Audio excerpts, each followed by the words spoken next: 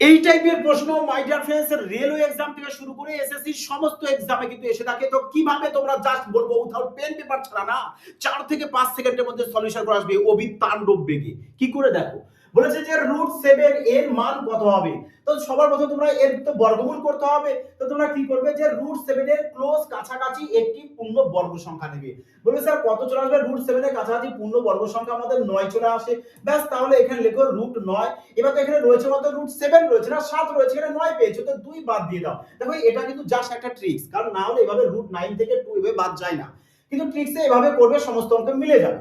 তাহলে এবার কি করবে তোমরা? এখানে 9 এর বর্গমূল চলে আসে 3, 3 লেখো মাইনাস এই 2, 2 লেখো আর এই 3 এর ডবল লিখবে কোথায়? এখানে। ব্যাস এবার করো 3 6 18, 18 থেকে 2 বাদ দিয়ে দাও 16, 16/6 2 দিয়ে কাটো 8, 2 দিয়ে কেটে দাও 3, তাহলে 8/3 মানে চলে আসবে কত? 2.66 এটা আসবে।